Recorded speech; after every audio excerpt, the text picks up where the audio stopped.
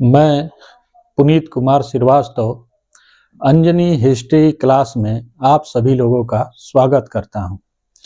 आज हम लोग पृथ्वी की उत्पत्ति और इस पृथ्वी पर मानव जीवन से संबंधित जितने भी जीव जंतु हैं और जितने भी पर्वत हैं उनकी उत्पत्ति का आज हम जानकारी प्राप्त करेंगे या उस विषय में आज हम लोग अध्ययन करेंगे। तो आज हम पृथ्वी की उत्पत्ति के विषय में जानने का प्रयास करते हैं। पृथ्वी की उत्पत्ति कब हुई?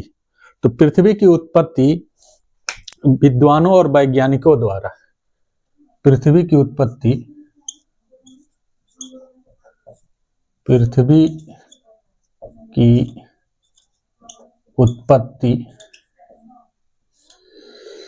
आज से लगभग 4.8 या 5 अरब वर्ष पहले हुई थी। ये जो हमारी पृथ्वी है जिस पे हम लोग रह रहे हैं, इसकी उत्पत्ति वैज्ञानिकों और विद्वानों ने 4.8 वर्ष या 5 वर्ष की मानी है। इससे पहले ये पृथ्वी बनी। 4.8 या 5 वर्ष पहले इस पृथ्वी की उत्पत्ति हुई जिस पे हम लोग रहते हैं, जिस पे सारे मानव विद्यमान हैं। अब विद्वानों ने इस पृथ्वी को भौगोलिक इतिहास के आधार पर, पृथ्वी के भौगोलिक इतिहास के आधार पर इसको 3 भागों में बांटा है। 3 भाग मतलब पहला भाग जो है वो महाकल्प है, जिसे इंग्लिश में हम एरा कहते हैं। इस भूगर्भिक इतिहास को हम लोग जानने का प्रयास करते हैं।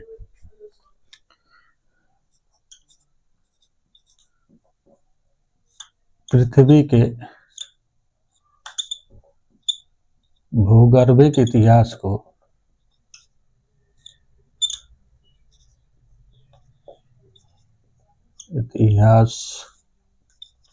को 3 भागों में बांटा गया है। 3 भागों में बांटा गया है। पृथ्वी का जो भूगर्भिक इतिहास है उसको विद्वानों ने और वैज्ञानिकों ने 3 भागों में बांटा है। वह 3 भाग कौन कौन है?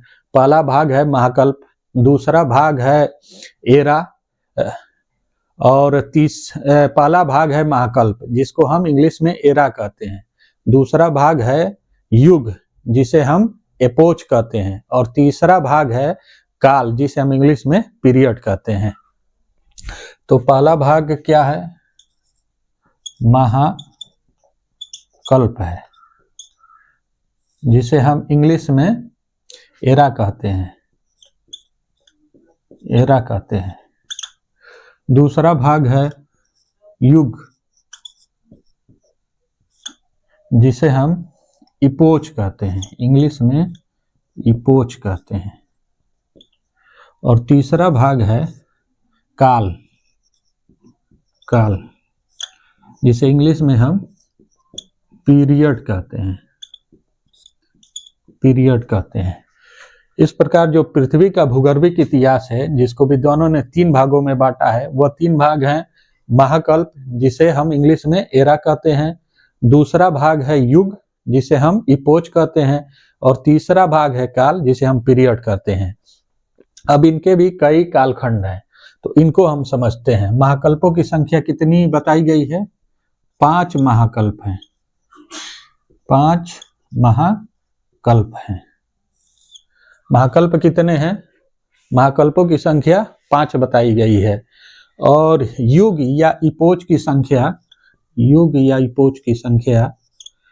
4 युग बताया गया है। युग या इपोच की संख्या कितनी है? 4 है। 4 युग है।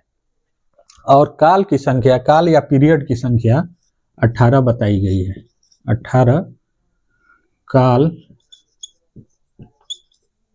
18 काल या पीरियड बताया गया है। तो इस प्रकार महाकल्पों की संख्या 5 है, युग की संख्या 4 है और काल की संख्या 18 है। इस प्रकार इन 5 महाकल्प में ये 4 युग और 18 काल संबंधित हैं। अब हम इसको आगे 5 महाकल्पों में इन 4 युगों और 18 कालों का नियोजन किस प्रकार हुआ है उसके विषय में हम जानने का प्रयास करेंगे। तो आते हैं हम पहले इन 5 महाकल्पों को जानते हैं। इन 5 महाकल्पों में कौन सा युग और कौन सा काल संबंधित है और उसमें कौन सी प्राकृतिक घटना मानव, जीव जंतु और पर्वत पठार से घटित हुई है उसको समझते हैं। तो 5 महाकल्पों को हम पहले जानते हैं।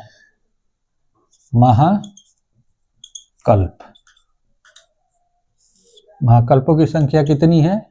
5 है। अब हम इसको याद कैसे करेंगे? इतिहास में सबसे बड़ी भूमिका तथ्यों और अवधारणाओं को याद करने से होता है। हम वो कौन सी विधि अपनाएं जिससे कि हमें लंबे समय तक, परीक्षा तक और परीक्षा पास करने तक हमको ये सारी अवधारणाएं और फैक्ट याद रहें, क्योंकि परीक्षा में आप जितने हल करेंगे प्रश्नों को उतना आपका स्कोर बढ़ेगा। और पढ़ने का मूल उद्देश्य क्या है? सफलता प्राप्त करना और ज्ञान अर्जित करना। तो उसके अंतर्गत हम आते हैं 5 महाकल्पों को कैसे याद करते हैं। तो इन 5 महाकल्पों को याद करने के लिए एक ट्रिक है। वो ट्रिक क्या है?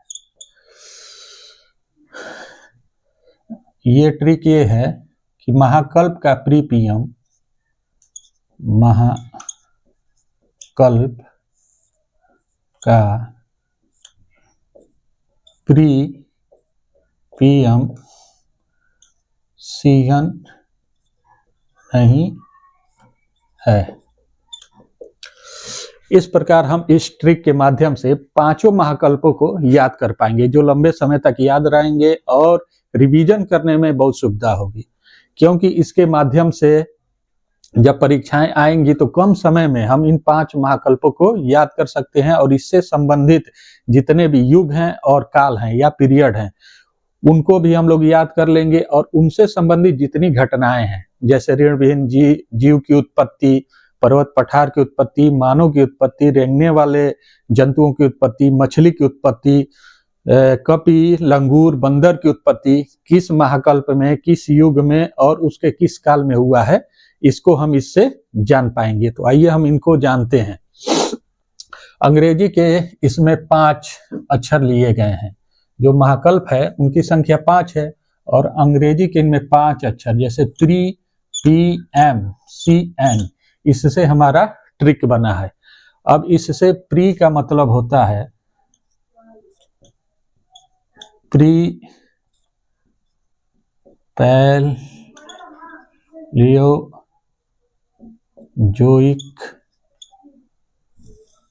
महाकल्प।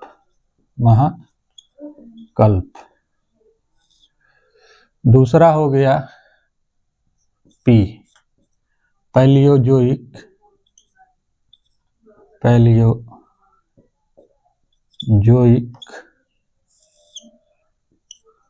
महाकल्प। ये जितने भी महाकल्प हैं इनसे संबंधित जो भी युग है और जो भी काल है उससे कुछ न कुछ इस पृथ्वी पर निर्माण ही हुआ है। अब M से आते हैं। M से मीसोजोइक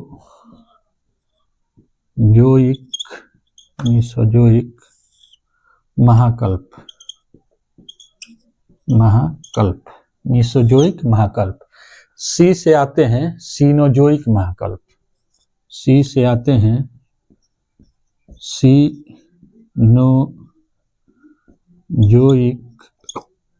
सीनोजोइक महाकल्प। और अंतिम जो महाकल्प है हमारा नियोजोइक महाकल्प है। अंतिम महाकल्प जो है हमारा N से क्या हो गया? नियोजोइक महाकल्प। नियोजोइक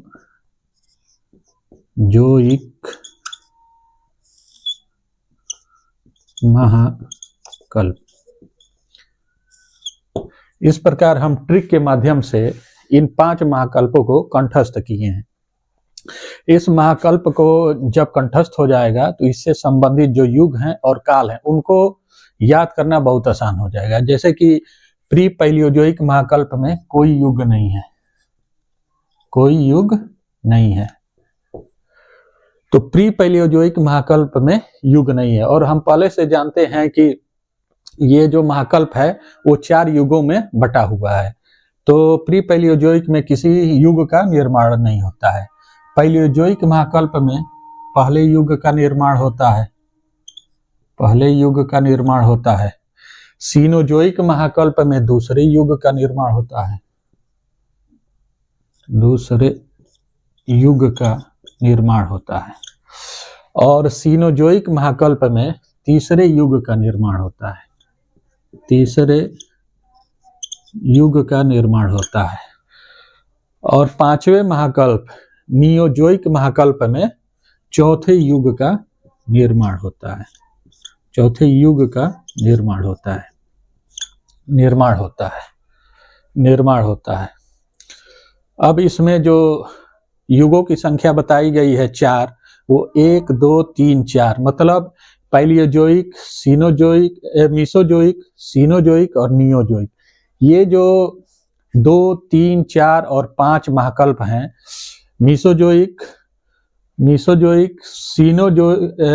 पैलियोजोइक महाकल्प, सीनोजोइक महाकल्प, नहीं, पैलियोजोइक महाकल्प, सीनोजोइक महाकल्प, मीसोजोइक महाकल्प, सीनोजोइक महाकल्प और नियोजोइक महाकल्प। अब अच्छे से समझते हैं। ये जो 4 महाकल्प हैं, पैलियोजोइक महाकल्प, मीसोजोइक महाकल्प और सीनोजोइक महाकल्प तथा नियोजोइक महाकल्प, इससे 4 युग संबंधित हैं। पहला युग पैलियोजोइक महाकल्प से, दूसरा युग सीनोजोइक महाकल्प से, दूसरा युग मीसोजोइक महाकल्प से, तीसरा युग सीनोजोइक महाकल्प से और चौथा युग नियोजोइक महाकल्प से। इस प्रकार इनसे संबंधित 18 पीरियड हैं। जैसे पहले पीरियड में प्री पैलियोजोइक महाकल्प से 2 काल या पीरियड संबंधित है, 2 काल या पीरियड संबंधित हैं। और पैलियोजोइक महाकल्प से 6 काल या पीरियड संबंधित है। और मीसोजोइक महाकल्प से 3 काल, मीसोजोइक महाकल्प से 3 काल संबंधित है, 3 काल संबंधित है। और सीनोजोइक महाकल्प से 5 काल संबंधित है, 5 काल संबंधित है। और नियोजोइक महाकल्प से 2 काल संबंधित हैं। इस प्रकार हम देख रहे हैं जो प्री पैलियोजोइक महाकल्प है उसमें किसी भी युग का निर्माण नहीं होता है, कोई भी पोच का निर्माण नहीं होता है। लेकिन इसके 2 काल हैं, 2 काल हैं। इन प्री पैलियोजोइक महाकल्प में 2 काल है, जो है आक्रियन काल और प्री कैम्बियन काल।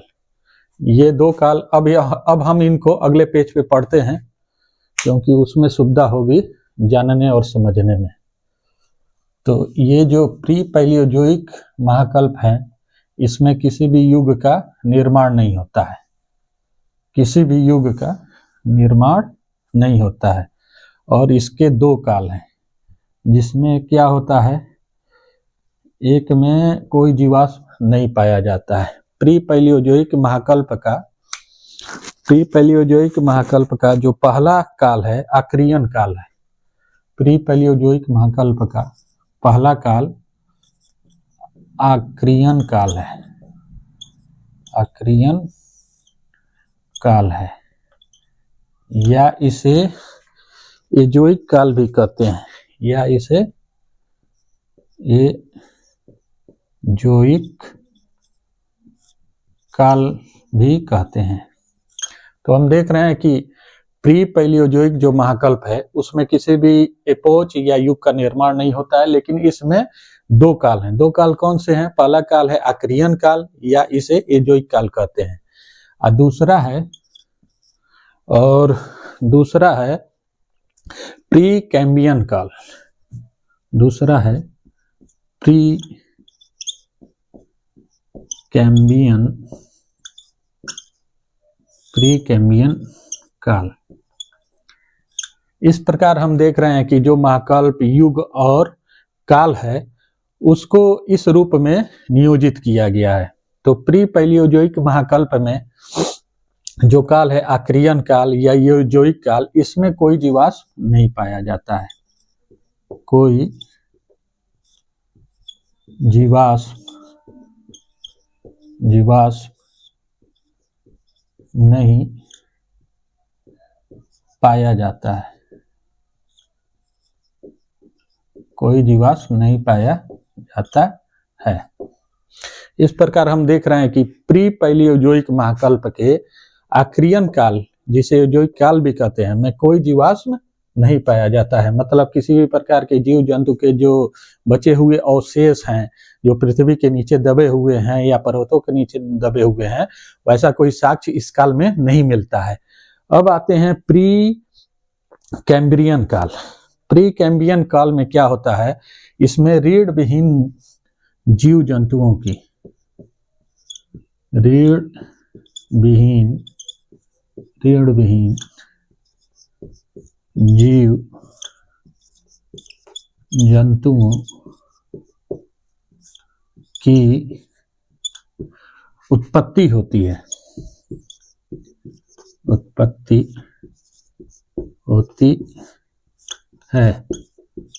होती है।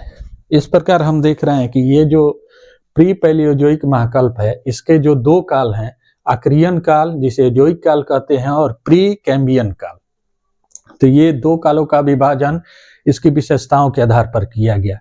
आक्रियन काल में क्या होता है, कोई जीवाश्म नहीं पाया जाता है, मतलब किसी भी प्रकार के जीव जंतु का बचा हुआ शरीर या अवशेष हमें इस पृथ्वी के नीचे या इस पृथ्वी पर नहीं पाया जाता है। और दूसरा जो काल है प्री कैम्बियन काल। प्री कैम्बियन काल में क्या होता है कि रीढ़ विहीन जीव जंतुओं की उत्पत्ति होती है। जो भी जीव जंतु हैं जिनमें रीढ़ की संरचना नहीं है, उन सब जीव जंतुओं की उत्पत्ति प्री कैम्बियन काल में होती है। तो इस प्रकार हम देखते हैं प्री पैलियोजोइक महाकल्प को दो काल में बांटा गया है और दो कालों की विशेषता को हम लोग जान गए। अब हम आते हैं पैलियोजोइक महाकल्प में। पैलियोजोइक महाकल्प में क्या क्या विशेषताएं हैं। पैलियोजोइक महाकल्प को 6 काल में बांटा गया है और पैलियोजोइक महाकल्प में पहले युग का निर्माण होता है।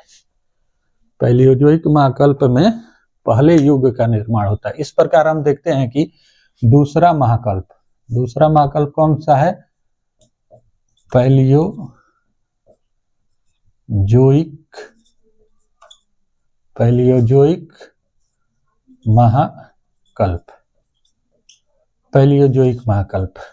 महाकल्पों में ये दूसरे स्थान पर आता है पैलियोजोइक महाकल्प।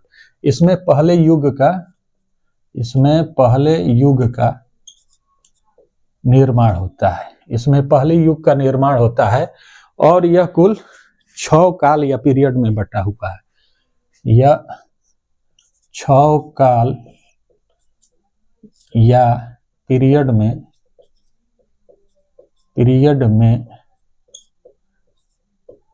बटा हुआ है। इस प्रकार हम देख रहे हैं कि जो महाकल्प का दूसरा नंबर है, जिसे हम पैलियोजोइक महाकल्प कहते हैं, इसमें पहले युग का निर्माण हो रहा है और यह 6 कालखंडों में क्या है, बटा हुआ है, 6 पीरियड में या काल में बटा हुआ है। अब हम इसको याद कैसे करेंगे, ये बहुत बड़ी विशेषता है। ये जो 6 काल हैं इनको हम याद कैसे करेंगे। युग तो हम याद कर लिए कि पैलियोजोइक महाकल्प में पहले युग का निर्माण हो रहा है, लेकिन ये जो 6 काल हैं, जो 6 काल या पीरियड हैं, जिनके आधार पे पैलियोजोइक महाकल्प का निर्माण हुआ है, तो पैलियोजोइक महाकल्प को इसके विशेषताओं के आधार पर 6 कालखंडों में बांटा गया है। अब हम इसको याद करने के लिए एक ट्रिक का सहारा लेंगे। वह ट्रिक है पैलियोजोइक में पैलियोजोइक में काश में डीसीपी होता। अब हम इसको एक ट्रिक के माध्यम से जानते हैं, वो क्या है? पैलियोजोइक में काश में डीसीपी होता है, यह ट्रिक है। अब इसमें अंग्रेजी के जो ये अक्षर हैं COS और DCP, यही मेन वो 6 कालों का प्रतिनिधित्व करते हैं। तो C का मतलब होता है कैम्ब्रियन काल, C का मतलब होता है कैम्ब्रियन काल।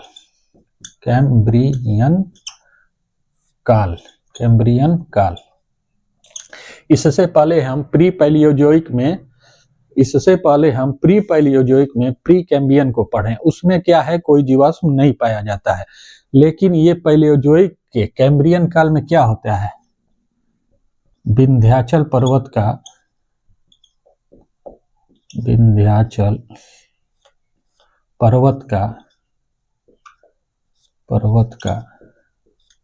निर्माण होता है।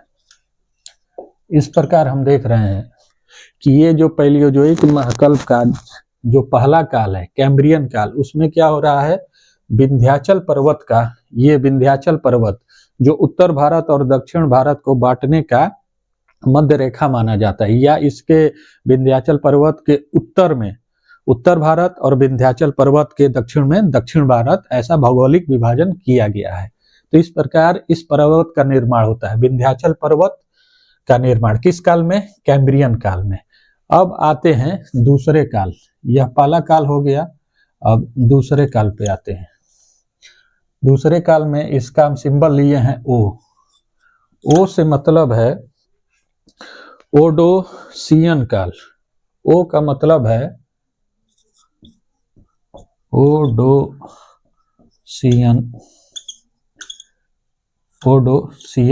काल।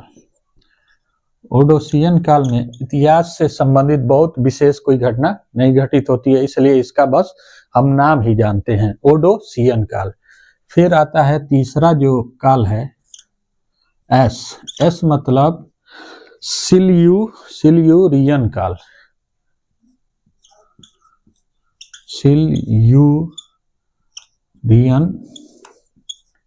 सिल्यूरियन काल। अब पैलियोजोइक महाकल्प के तीसरे काल सिल्यूरियन काल में क्या होता है, ये जो सिल्यूरियन काल है, इसमें जो ऋण वाले जीव जंतु हैं, जिनका निर्माण ऋण के आधार पर हुआ है या जिनकी संरचना में ऋण वाली संरचना पाई जाती है, उनकी उत्पत्ति होती है। तो पैलियोजोइक महाकल्प के सिल्यूरियन काल में ऋण वाले जीव जंतु की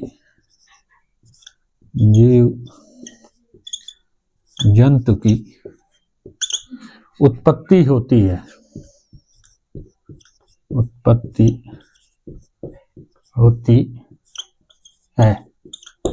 इस प्रकार हम देख रहे हैं कि पैलियोजोइक महाकल्प के तीसरे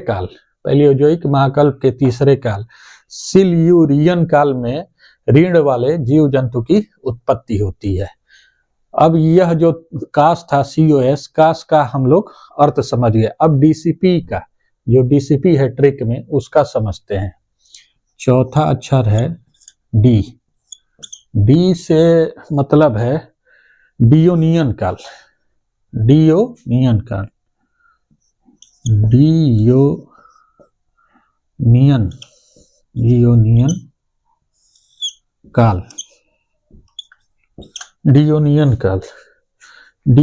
काल पैलियोजोइक महाकाल के चौथे काल डियोनियन काल में मछली जंतु की उत्पत्ति होती है। मछली की उत्पत्ति होती है। एज ऑफ फिश भी इसे कहते हैं। डियोनियन काल को एज ऑफ फिश कहते हैं, माने मछलियों का काल कहते हैं। तो पैलियोजोइक महाकल्प में पैलियोजोइक महाकल्प के चौथे काल डियोनियन काल में मछली की उत्पत्ति इस पृथ्वी पर होती है। अब आते हैं पांचवा काल, जिसे हम सी से निरूपित करेंगे। सी का मतलब होता है कार्बनीफेरस काल। सी का मतलब होता है कार्बनिक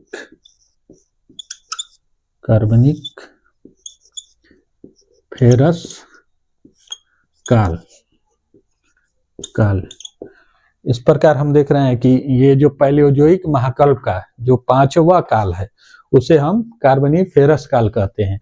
और इसमें क्या होता है, किस टाइप के जीव की उत्पत्ति होती है, तो इसमें एक रीढ़ वाले जीव जंतु हो गए और दूसरे मछली हो गए।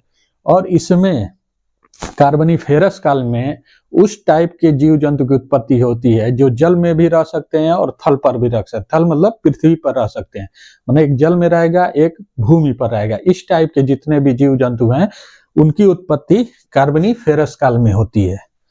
तो उनको हम क्या कहते हैं, उभयचर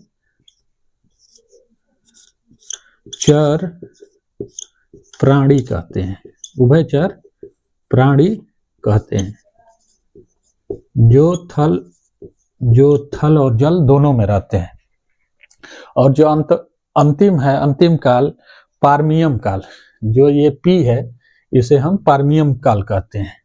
जो छठा काल है पी, इसे पार्मियम काल कहते हैं। पार्मियम काल में इतिहास से संबंधित बहुत कुछ नहीं घटित होता, बस हम इसको जान लेते हैं कि जो पैलियोजोइक महाकल्प है, पैलियोजोइक महाकल्प में पहले युग का निर्माण होता है और यह 6 कालों में बटा हुआ है। 6 काल इसके कौन कौन से हैं, इसको हम ट्रिक से याद करते हैं। पैलियोजोइक में कास में डीसीपी होता, तो कास और डीसीपी ये हमारे 6 काल हैं। अब इसको हम इस अंग्रेजी अक्षरों को हम याद करते हैं जिससे कि ये 6 काल याद हो जाएंगे। तो सी से कैम्ब्रियन काल। कैम्ब्रियन काल में क्या होता है, विंध्याचल पर्वत का निर्माण होता है। हम जानते हैं विंध्याचल पर्वत उत्तर भारत और दक्षिण भारत को बांटने वाली विभाजक रेखा है। दूसरा काल है ओडोसियन काल। ओडोसियन काल में इतिहास से संबंधित बहुत कुछ नहीं घटित होता है, इसलिए हम इसको नहीं पढ़ते हैं। और तीसरा जो काल है सिल्यूरियन काल, जिसको एस से हम दिखाए हैं, उसमें क्या होता है, सिल्यूरियन काल में रीढ़ वाले जीव जंतु की उत्पत्ति होती है। सिल्यूरियन काल पैलियोजोइक महाकल्प के तीसरे काल सिल्यूरियन काल में क्या होता है, रीढ़ वाले जीव जंतु की उत्पत्ति होती है। जो हम लोग का ये रीढ़ है पिछला हिस्सा, इस टाइप की जो संरचना जिन जीव जंतुओं में बनती है उनकी उत्पत्ति होती है। अब चौथा महाकल्प है डियोनियन काल। डियोनियन काल में मछली की उत्पत्ति होती है। डियोनियन काल पैलियोजोइक महाकल्प का ये चौथा काल है। और पांचवा काल है कार्बनीफेरस काल। कार्बनीफेरस काल में उभयचर प्राणियों की, जो जल में भी रहें और पृथ्वी पर भी रहें या भूमि पर रहे, उस प्रकार के जीव जंतुओं की उत्पत्ति होती है। और जो छठा काल है उसे हम पर्मियम काल कहते हैं। इस प्रकार दूसरा महाकल्प पूरा हुआ है। तो दूसरे महाकल्प में पहले युग का निर्माण होता है और यह 6 काल में बटा हुआ है। अब हम तीसरे महाकल्प मेसोजोइक महाकल्प के विषय में पढ़ेंगे। जो तीसरा महाकल्प है मेसोजोइक महाकल्प। महाकल्पों की कुल संख्या 5 है, जो प्री पैलियोजोइक, पैलियोजोइक और मीसोजोइक और सीनोजोइक और नियोजोइक में बटा है। इसको हम लोग अब पढ़ेंगे। अब महाकल्प के तीसरे भाग को पढ़ेंगे, जिसको हम मीसोजोइक कहते हैं। मीसोजोइक 3 भागों में बटा हुआ है। मीसोजोइक 3 काल में बटा हुआ है और दूसरे युग का निर्माण मीसोजोइक काल में हुआ है। दूसरे युग का निर्माण। तीसरा महाकल्प कौन सा है, मीसोजोइक महाकल्प। तीसरा महाकल्प है मीसोजोइक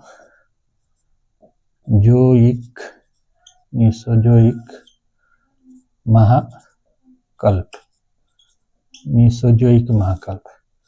मीसोजोइक महाकल्प में, यह तीसरा महाकल्प है मीसोजोइक महाकल्प। मीसोजोइक महाकल्प में दूसरे युग का निर्माण होता है और यह 3 काल में बटा हुआ है। 3 काल या पीरियड में बटा हुआ है।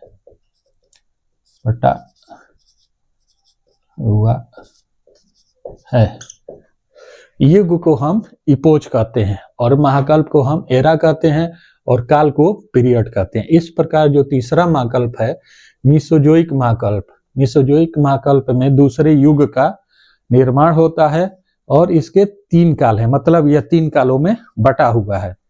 अब 3 कालों की अलग अलग विशेषताएं हैं, तो इन 3 काल को भी हम ट्रिक से ही याद करेंगे। यह ट्रिक है, मेसोजोइक महाकल्प को याद करने के लिए ट्रिक है।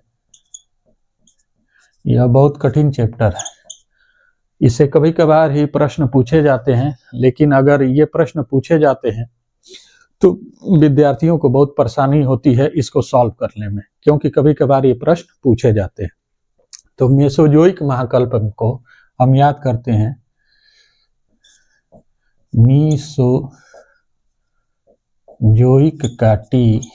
मीसोजोइक का टी, मतलब इसमें हम 3 अंग्रेजी के अक्षर लेंगे, टी जेसी का है। इस प्रकार हम मीसोजोइक महाकल्प को याद करने के लिए एक ट्रिक बनाए हैं। वो ट्रिक ये है कि मीसोजोइक का टी जेसी का है। मेसोजोइक का टी जेसी का है, इंग्लिश के 3 अक्षर टी जेसी का है, मेसोजोइक का टी जेसी का है। अब हम इसको टी जेसी को याद करते हैं। पहला काल हो गया टी से हो गया ट्राइएसिक काल। टी का मतलब होता है ट्राइएसिक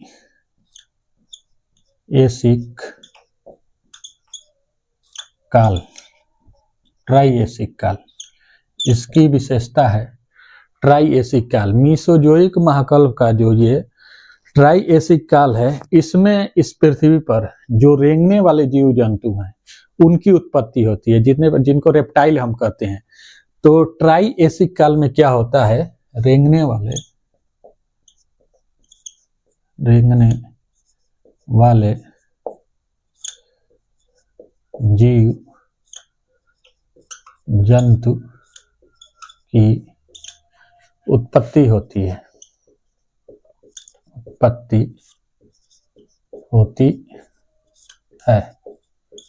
इस प्रकार हम देख रहे हैं कि जो मीसोजोइक महाकल्प का जो पहला काल है ट्राइएसिक काल, ट्रिक में हम लिखे हैं मीसोजोइक का टी जेसी का है, तो उसमें टी का मतलब होता है ट्राइएसिक काल। ट्राइएसिक काल में रेंगने वाले जीव जंतुओं की उत्पत्ति होती है। और दूसरा है जैसे जुरैसिक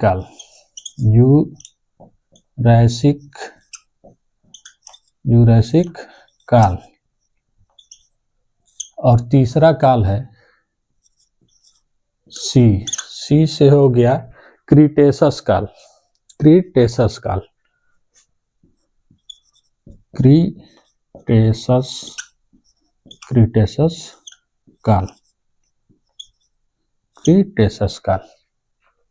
तो इस प्रकार हम देख रहे हैं कि जो महाकल्प का तीसरा भाग है, जिसे मीसोजोइक महाकल्प कहते हैं, उसमें दूसरे युग का निर्माण होता है और वह 3 काल में बटा हुआ है। उस 3 काल को हम याद किससे करेंगे, उसके लिए एक ट्रिक है। वो ट्रिक है मीसोजोइक का टी जेसी का है, मतलब पहला काल हो गया ट्राइएसिक काल, रेंगने वाले जीव जंतुओं की उत्पत्ति होती है। दूसरा काल है जुरैसिक काल और तीसरा काल है क्रीटेसस काल। अब हम आते हैं चौथे महाकल्प पर।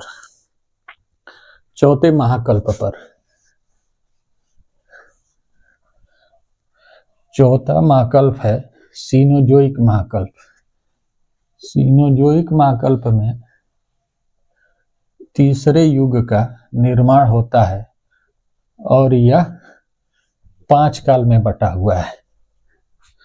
जो चौथा महाकल्प है उसे हम सीनोजोइक महाकल्प कहते हैं। चौथे महाकल्प को सीनोजोइक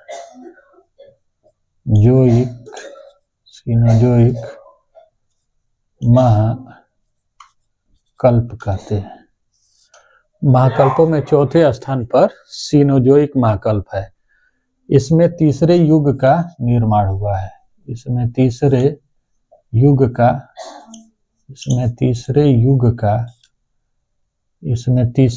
का निर्माण हुआ है और यह 5 काल में या पीरियड में बटा है।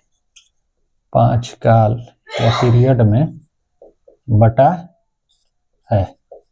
इस प्रकार हम महाकल्प को पहले ही बता चुके हैं। महाकल्प को एरा कहते हैं, युग को इपोच कहते हैं और काल को पीरियड कहते हैं। तो जो सीनोजोइक महाकल्प है इसके 5 काल हैं। अब इस 5 महाकल्प को भी हम ट्रिक से ही याद करेंगे, क्योंकि बिना ट्रिक के इन सब चीजों को याद करना थोड़ा कठिन है। और ट्रिक से क्या होता है, लंबे समय तक ये तथ्य हमारे जेहन में या हमारे ज्ञान में बने रहते हैं। तो इसका ट्रिक है सीनोजोइक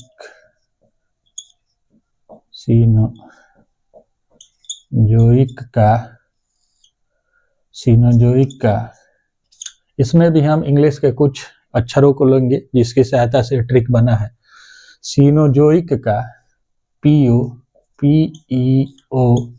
MP है। इस प्रकार इस ट्रिक का निर्माण हुआ। अंग्रेजी के 3 अक्षर PEO और MP है। तो पहला काल हो गया पैलियोसीन काल। पैलियोसीन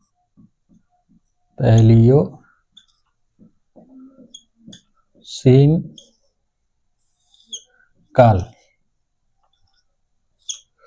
सीनोजोइक महाकल्प का जो पहला काल है वो पैलियोसीन काल है। दूसरा काल है इयोसीन काल।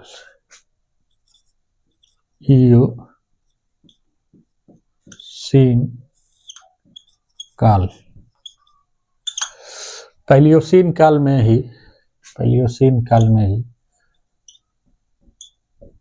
कपि, बंदर, लंगूर की उत्पत्ति इस पृथ्वी पर होती है। इस पृथ्वी पर होती है।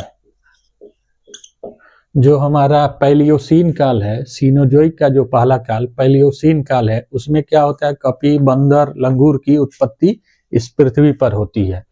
दूसरा काल है जिसे हम इंग्लिश में ई लिखे हैं ट्रिक में, उसका मतलब होता है इयोसीन काल। और तीसरा काल है ओ से ओलिगोसीन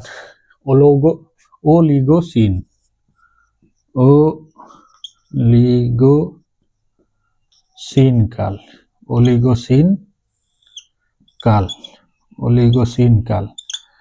और चौथा काल है एम से हो गया आपका मायोसीन काल।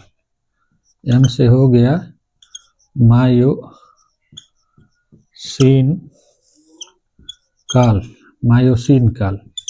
और जो 5वां काल है उसे हम P से प्रदर्शित किए हैं, उसका मतलब होता है प्लायोसीन काल।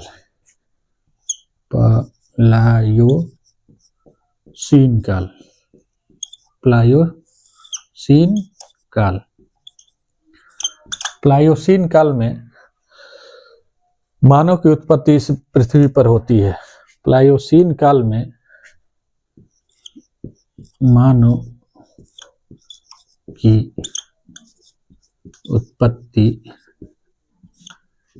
इस पृथ्वी पर होती है। इस प्रकार हम इस 5 महाकल्प को याद करेंगे। महाकल्प को कैसे याद करेंगे? सीनोजोइक महाकल्प के 5 काल को। सीनोजोइक का PO MP है, तो ये अंग्रेजी के जो 5 अक्षर है PEO एम पी। इस प्रकार हम देख रहे हैं सीनोजोइक महाकल्प के जो ये 5 अक्षर से ट्रिक मिल करके बना है PEOMP। तो पी का मतलब होता है पैलियोसीन काल। पैलियोसीन काल में क्या होता है, कपी, बंदर, लंगूर की उत्पत्ति इस पृथ्वी पर होती है। दूसरा ई से इयोसीन काल है, ओ से ओलिगोसीन काल है, और एम से मायोसीन काल है, और पी से प्लायोसीन काल है। पी से देखिए इधर हम PEO और MP लिखे भी हैं। तो पी से प्लायोसीन काल है। प्लायोसीन काल में क्या होता है, सीनोजोइक के प्लायोसीन काल में मानव की उत्पत्ति इस पृथ्वी पर होती है जो अफ्रीका में हुई थी। तो अब हम इसको सीनोजोइक महाकल्प हो गया। अब अंतिम महाकल्प नियोजोइक महाकल्प को पढ़ते हैं। नियोजोइक महाकल्प में चौथे युग का या चौथे इपोच का निर्माण हुआ है और यह 2 पीरियड में बटा हुआ है। 2 पीरियड में बटा हुआ है। जो 5वां महाकल्प है नियोजोइक महाकल्प। नियोजोइक महाकल्प कितने युग में?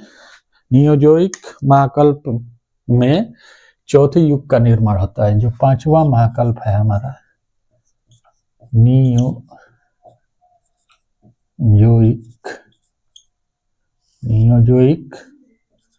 महाकल्प। नियोजोइक महाकल्प में चौथे युग का या इपोच का, युग को इपोच कहते हैं, चौथे युग का निर्माण होता है और यह 2 काल या पीरियड में बटा है। 2 काल या पीरियड में बटा है। इस प्रकार हम देख रहे हैं कि जो 5वां महाकल्प है नियोजोइक महाकल्प में चौथे युग का निर्माण होता है और 2 काल में बटा हुआ है। अब इसके जो 2 काल हैं, इसके 2 काल को हम प्लिनी से याद कर सकते हैं। इसके लिए ट्रिक है, नियोजोइक में प्लिनी था, नियोजोइक में प्लिनी था।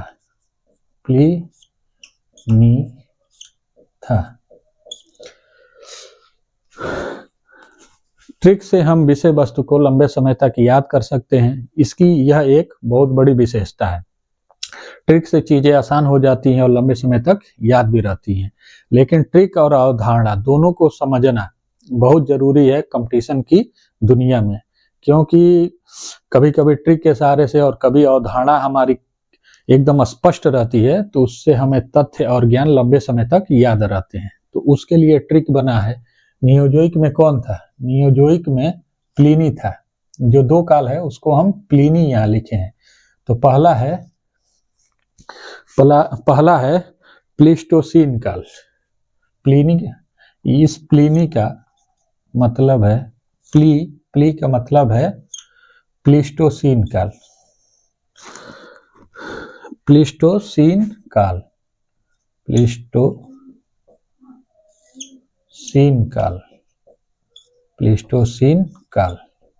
जो नियोजोइक का पहला काल है वो है प्लीस्टोसीन काल। इसमें क्या क्या होता है? भारत में मानव की उत्पत्ति होती है और पाषाण काल से संबंधित जिसको 3 काल खंडों में बांटा गया, पूरा पाषाण काल, मध्य पाषाण काल और नव पाषाण काल। उसमें जो पूरा पाषाण काल है वह प्लीस्टोसीन काल से संबंधित है। तो इसमें क्या होता है? मानव की उत्पत्ति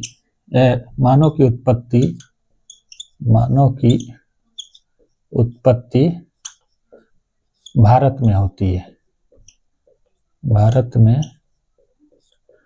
होती है। यह पहली विशेषता हो गया। इसका दूसरा है कि ये प्लीस्टोसीन काल पूरा पाषाण काल से संबंधित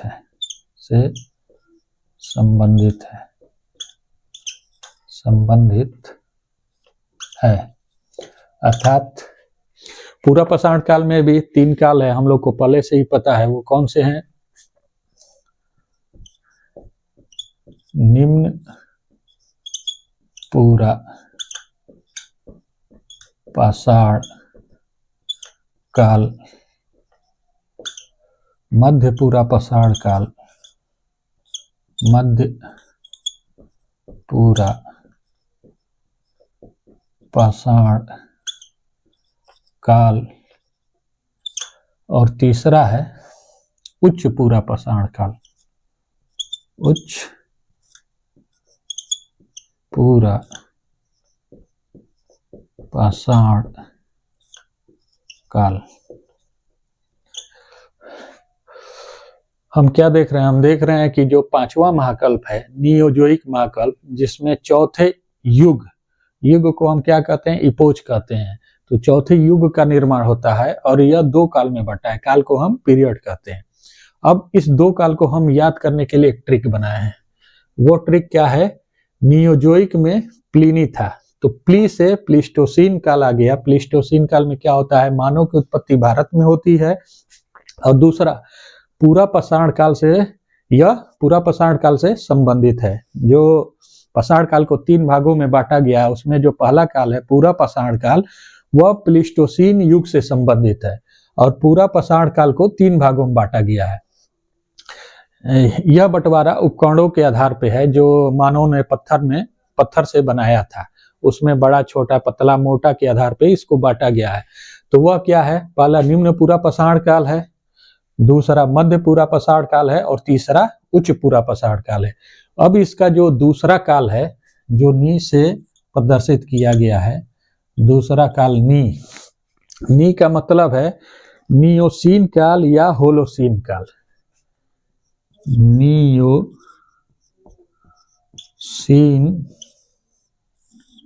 काल या होलोसीन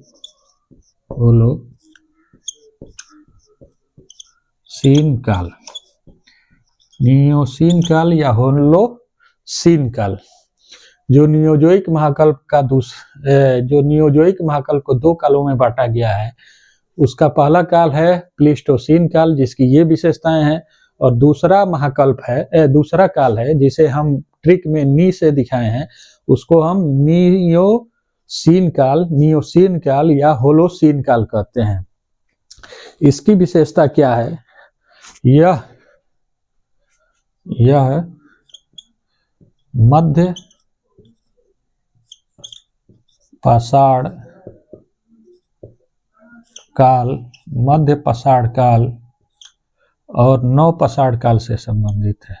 नव पाषाण काल से संबंधित है। तो इस प्रकार हम देख रहे हैं कि जो अंतिम महाकल्प है नियोजोइक महाकल्प, और 2 कालों में बटा हुआ है। इसको हम ट्रिक से याद किए। नियोजोइक में प्लिनी था, तो प्ली से हो गया प्लीस्टोसीन काल, जिसमें मानव की उत्पत्ति भारत में होती है, और पूरा पाषाण काल से संबंधित है। और पूरा पाषाण काल को 3 भागों में बांटा गया, निम्न पूरा पाषाण काल, मध्य पूरा पाषाण काल और उच्च पूरा पाषाण काल। अब यह बंटवारा एक विद्वान ने किया है, उसको हम पाषाण काल के अध्याय में या उस लेसन में हम लोग पढ़ेंगे। और दूसरा हो गया नियोसीन काल या होलोसीन काल। इसमें क्या होता है? मध्य पाषाण काल और नव पाषाण काल से यह संबंधित होता है। तो इस प्रकार हम 5 महाकल्पों और 4 युग और 18 पीरियड या 18 काल को हम लोगों ने देखा। 5 महाकल्प 4 युग से कैसे संबंधित हैं, मतलब 4 युग किसे किसे संबंधित है। जो 18 काल है वह किन किन महाकल्पों से जुड़ा हुआ है। अब हम मानव की उत्पत्ति और कपिबंदर लंगूर की उत्पत्ति के विषय में जान लेते हैं। और एक तथ्य जो शुरू में छूट गया है, जो जीवन की उत्पत्ति से संबंधित है। जीवन की उत्पत्ति इस पृथ्वी पर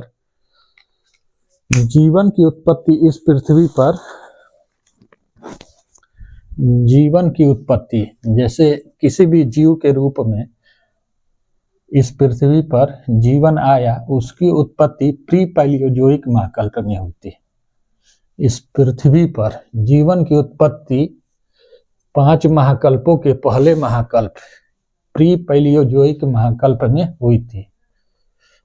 तो हम उसको जानते हैं अब। प्री पैलियोजोइक महाकल्प में जीवन की उत्पत्ति इस पृथ्वी पर हुई थी। Pre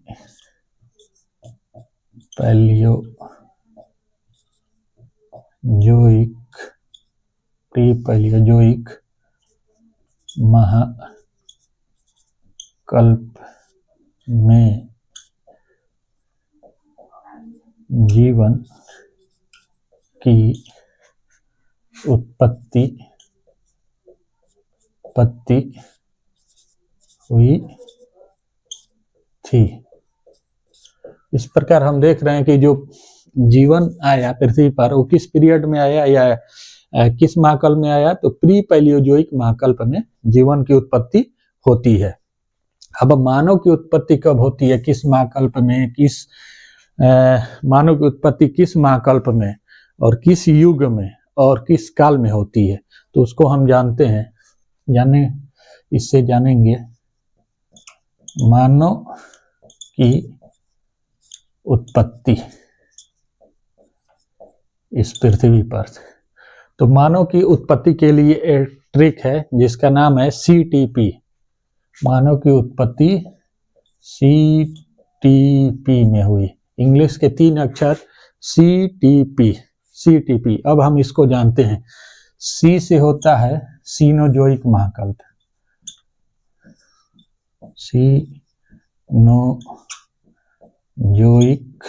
Cenozoic महाकल्प।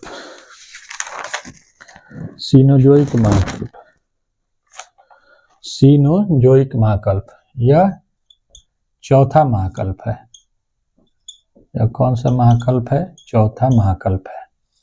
और T से टर्शियरी युग।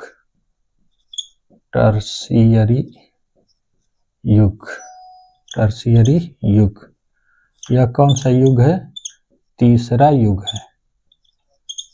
युग है। और किस काल में हुई?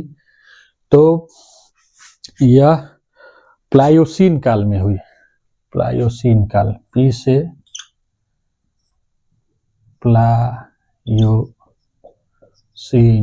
प्लायोसीन काल में हुई। तो इस प्रकार हम देख रहे हैं कि मानव की जो उत्पत्ति है, मानव की उत्पत्ति चौथे महाकल्प सीनोजोइक महाकल्प में। और कौन सा युग होता है? टर्शियरी युग होता है, जो तीसरा युग होता है। और किस काल में? तो यह काल होता है सीनोजोइक, जो 5 महाकल्पों में 5 काल में बटा है। उसका अंतिम जो काल है प्लायोसीन काल, उस काल में मानव की उत्पत्ति होती है। अब हम कपि, बंदर, लंगूर की उत्पत्ति के किस काल में हुई उसको जानते हैं।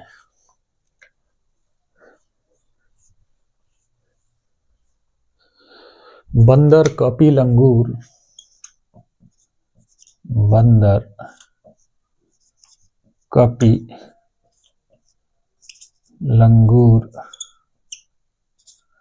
की उत्पत्ति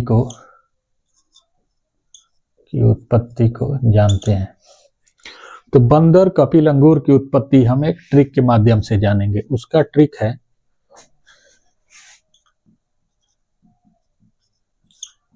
बंदर, कपि, लंगूर सीटी पैलियोसीन का है। बंदर, कपि, लंगूर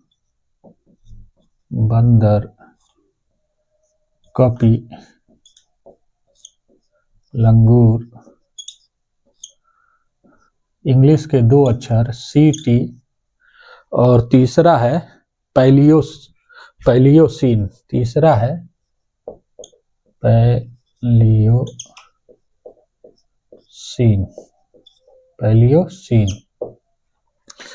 बंदर, कपि, लंगूर की उत्पत्ति को हम इस ट्रिक से याद करेंगे। वो ट्रिक क्या है? बंदर, कपि, लंगूर CT पैलियोसीन में बजाता है। इस प्रकार हम देख रहे हैं कि बंदर, कपि, लंगूर CT कहाँ बजा रहा है? पैलियोसीन में बजा रहा है। CT पैलियोसीन में बजा रहा है। तो C का यहाँ मतलब होता है सीनोजोइक सीनोजोइक महाकल्प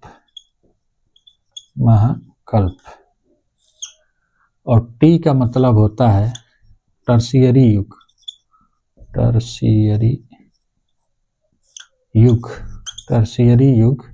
या तीसरा युग युग को हम इपोच भी कहते हैं। और जो काल है पैलियोसीन काल है। यह सीनोजोइक का पहला काल है। जो पी है वो पैलियोसीन